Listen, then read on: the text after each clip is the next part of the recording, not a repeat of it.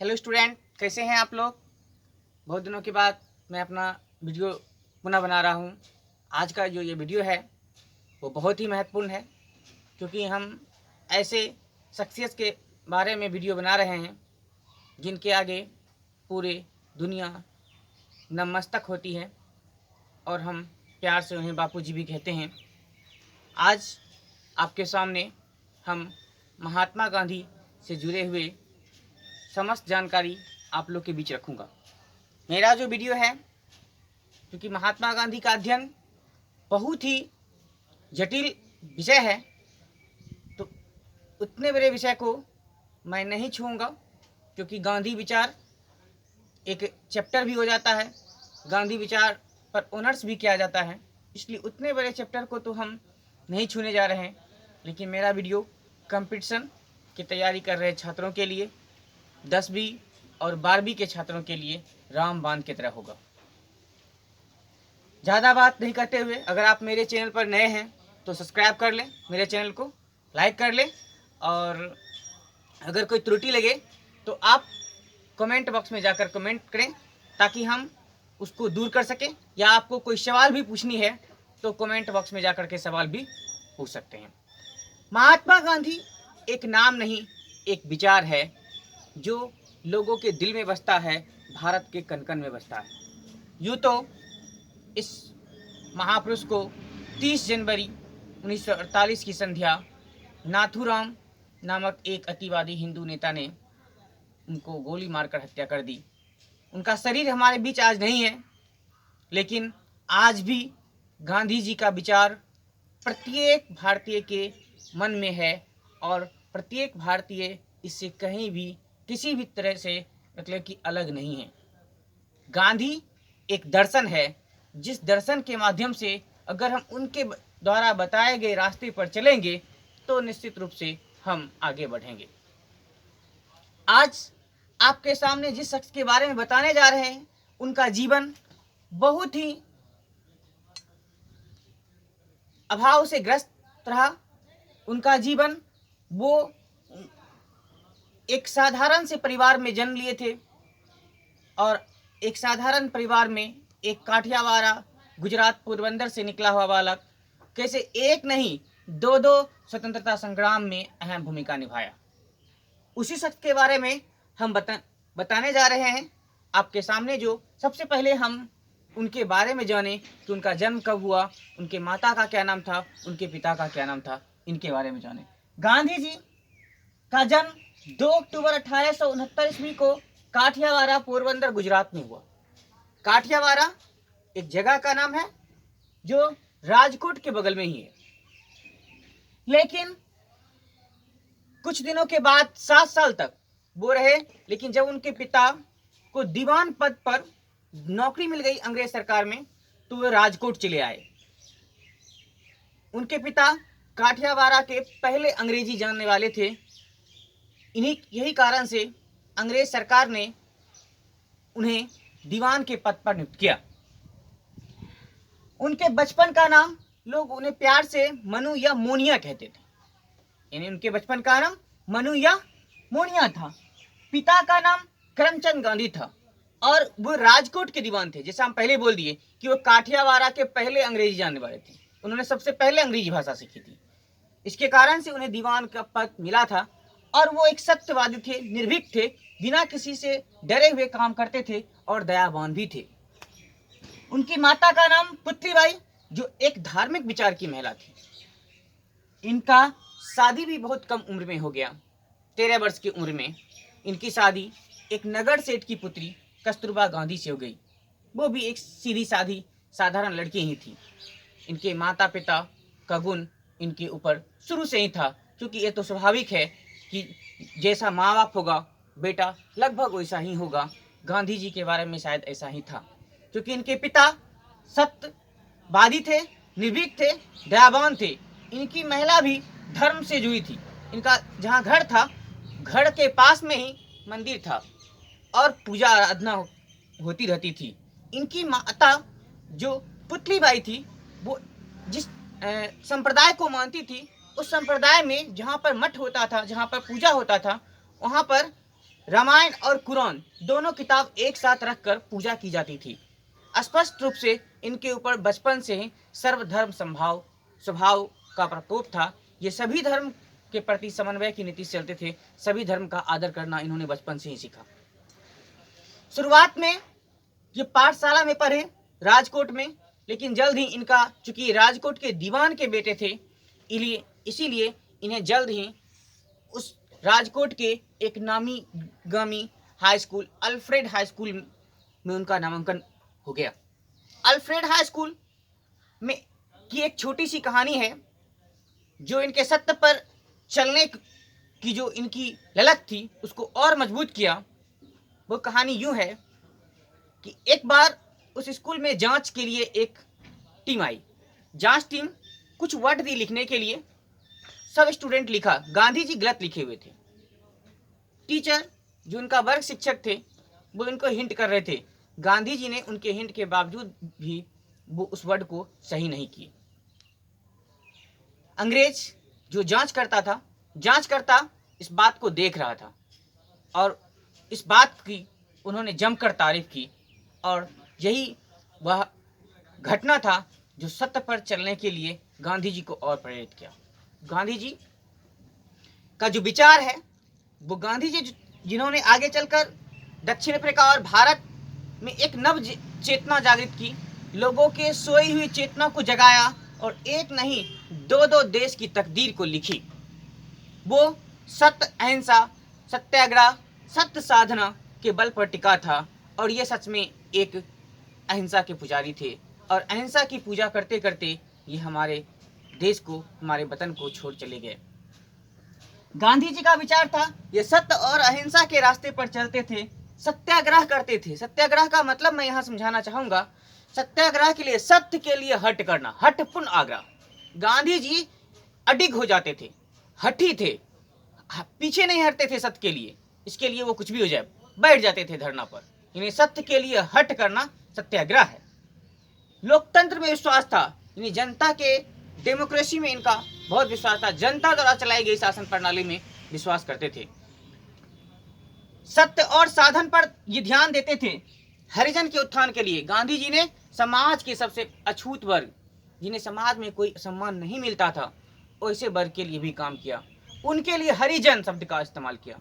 हरि को भजने वाला, ने भगवान शब्द का इस्तेमाल किया। मैं एक बार पुनः उनकी जीवन की ओर थोड़ा सा ध्यान दिलाता हूँ। गांधी जी का, चूंकि ऑब्जेक्टिव के दृष्टिकोण से आपके परीक्षा के लिए इंपॉर्टेंट होने जा रहा है, तो गांधी जी का जन्म 2 अक्टूबर 1869 को काठियावाड़, पोरबंदर, गुजरात में हुआ। गांधी जी के पिता का नाम करमचंद गांधी था, जो एक राजकोट के दीवान थे। गांधी जी के माता का नाम पुतलीबाई था। गांधी जी की पत्नी का नाम कस्तूरबा गांधी था। गांधी जी का विवाह 13 वर्ष की उम्र में हुआ।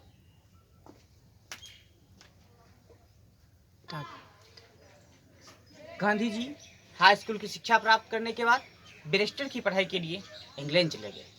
इंग्लैंड से वे बैरिस्टर की पढ़ाई करने के बाद वापस हिंदुस्तान आए। हिंदुस्तान आने के बाद सब लोग का ख्वाहिश होता है कि हमने पढ़ाई की तो मेरा रोजी रोटी चले।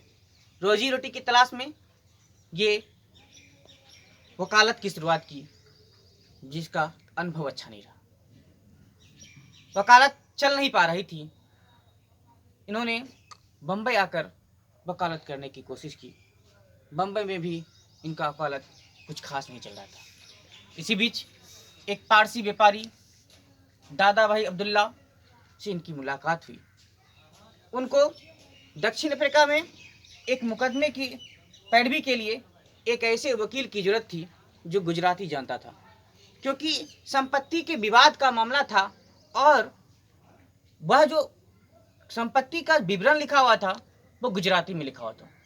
तो उसका हिंदी अनुवाद करने के लिए एक गुजराती और हिंदी जानकार वकील की जरूरत थी। गांधी जी मिले और गांधी जी को जॉब की तलाश तो थी ही थी। गांधी जी ने सहर्ष हाँ कर दिया और ये चल पड़े दक्षिण अफ्रीका। दक्षिण अफ्रीका में इनका यात्रा अच्छा नहीं रहा। जब ये दक्षिण अफ्रीका जा रहे थे तो ट्रेन में इनके साथ दुर्व्यवहार किया गया। बाद में इन्होंने दक्षिण अफ्रीका में संघर्ष किया, गोरा और काला के बीच रंगभेद आंदोलन किया और वहाँ उन्होंने सफलता प्राप्त की। वहाँ शोषित भारतीयों के लिए आवाज़ उठाया और गांधी जी चर्चित हो गए। जब लौटे हिंदुस्तान, उनके राजनीतिक गुरु गोपाल कृष्ण गोखले ने सलाह दिया कि आप पहले हिंदुस्तान में अंग्रेजों को भगाने से पहले आप हिंदुस्तान के लोगों की नब्ज को पकड़िए, लोग को जानिए, लोग पूरे हिंदुस्तान का भ्रमण कीजिए। अगर आप पूरे हिंदुस्तान का भ्रमण करते हैं, उसके बाद आप सही मायने में इस देश से अंग्रेज को निकाल पाएंगे, इस देश के लिए कुछ कर पाएंगे। इसी सिलसिले में गांधी जी पूरे हिंदुस्तान की यात्रा पर निकल पड़े और ये कांग्रेस में भी शामिल है। कांग्रेस का लखनऊ अधिवेशन 1916 में चल रहा था। कांग्रेस के लखनऊ अधिवेशन में उन्हें एक व्यक्ति मिला जिनका नाम राजकुमार शुक्ल था। वही किसान थे, जमींदार के बेटे थे। उन्हें जबरदस्ती लगान चुकाने के लिए कहा जा रहा था। वहाँ के नीले किसान के अत्याचार की कहानी वो महात्मा गांधी को कहे।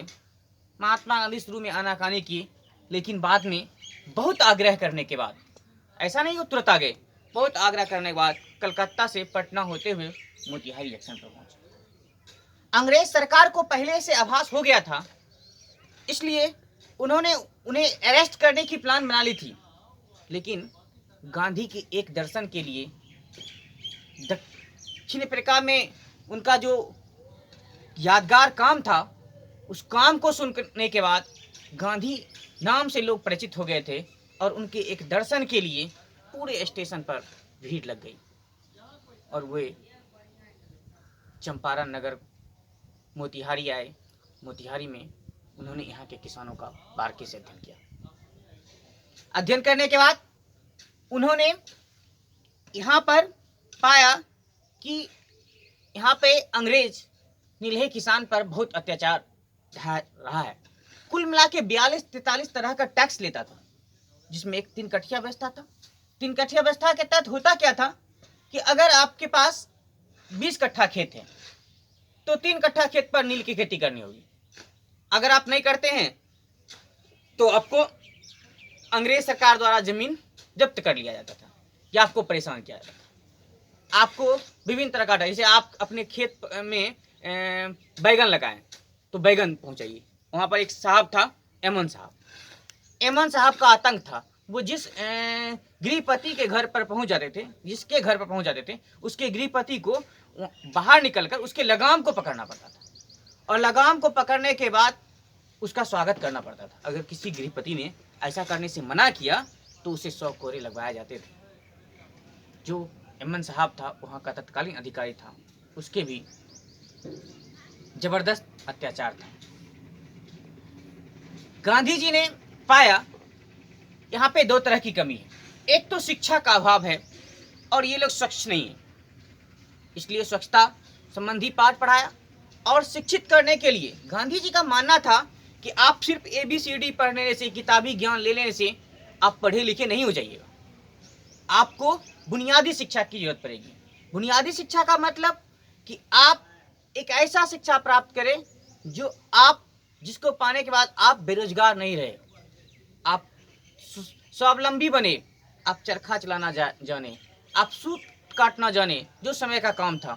यानी रोजगार परक शिक्षा की बात करते थे। गांधी जी अक्षर ज्ञान के साथ साथ रोजगार परक शिक्षा की भी बात करते थे। इसके लिए उन्होंने महत्वपूर्ण कुछ आश्रम खोले और कुछ आश्रम में अपने शिष्यों को पढ़ाने के लिए लगाया, जिसमें भीतिहरबा, बरहरबा, मधुबन प्रमुख है। उसके बाद उनकी यह सत्याग्रह से अंग्रेज सरकार दबाव में आ गई और दबाव में आने के बाद अंग्रेज सरकार ने एक जांच कमेटी बिठाई और जांच कमेटी में पाया गया कि यहाँ पर किसानों से अनुचित कर लिया जाता है। फलतः गांधी जी के कारण ही वहाँ पर यह 3 कठिया कर व्यवस्था समाप्त हो गया और लोगों से ली जाने वाली, किसानों से ली जाने वाली 42 तरीके के गैर कानूनी टैक्स को भी खत्म कर दिया गया। यह क्रांति 1917 के वर्ष में हुआ था और यह क्रांति गांधी के जीवन का पहला शुरुआत था। इस क्रांति ने गांधी को राष्ट्रीय फलक पर स्थापित कर दिया और एक राष्ट्रीय नेता के रूप में स्थापित कर दिया और जो गांधी जी को और बल मिला, हिंदुस्तान की स्वतंत्रता में और दिलचस्पी मिली और उत्साह मिला, और उसी उत्साह के कारण गांधी जी आगे चलकर हिंदुस्तान की आज़ादी में एक अहम रोल अदा किया। गांधी हमारे बीच आज नहीं है, लेकिन गांधी हमारे दिलों में बसते हैं। हम चाहकर भी गांधी को नहीं निकाल सकते। और गांधी का अगला जो योगदान है वो हम अगले वीडियो में जानेंगे। अगले हम वीडियो में अहमदाबाद में प्लेग के बाद वहाँ मिल मालिकों ने मजदूरों पर क्या अत्याचार किया उसके बारे में, फिर खेरा के किसान के बारे में, और सहयोग, सविनय और भारत छोड़ो आंदोलन के बारे में भी जानेंगे। ये भी आपके लिए बहुत इंपॉर्टेंट क्वेश्चन है। ये आगे के वीडियो में मिलेंगे। कल मैं आपसे अनुरोध करूँगा कि आप मेरी वीडियो को लाइक, शेयर और सब्सक्राइब करें, ताकि अच्छा से अच्छा तरीका से मैं आपको समझा सकूं। धन्यवाद।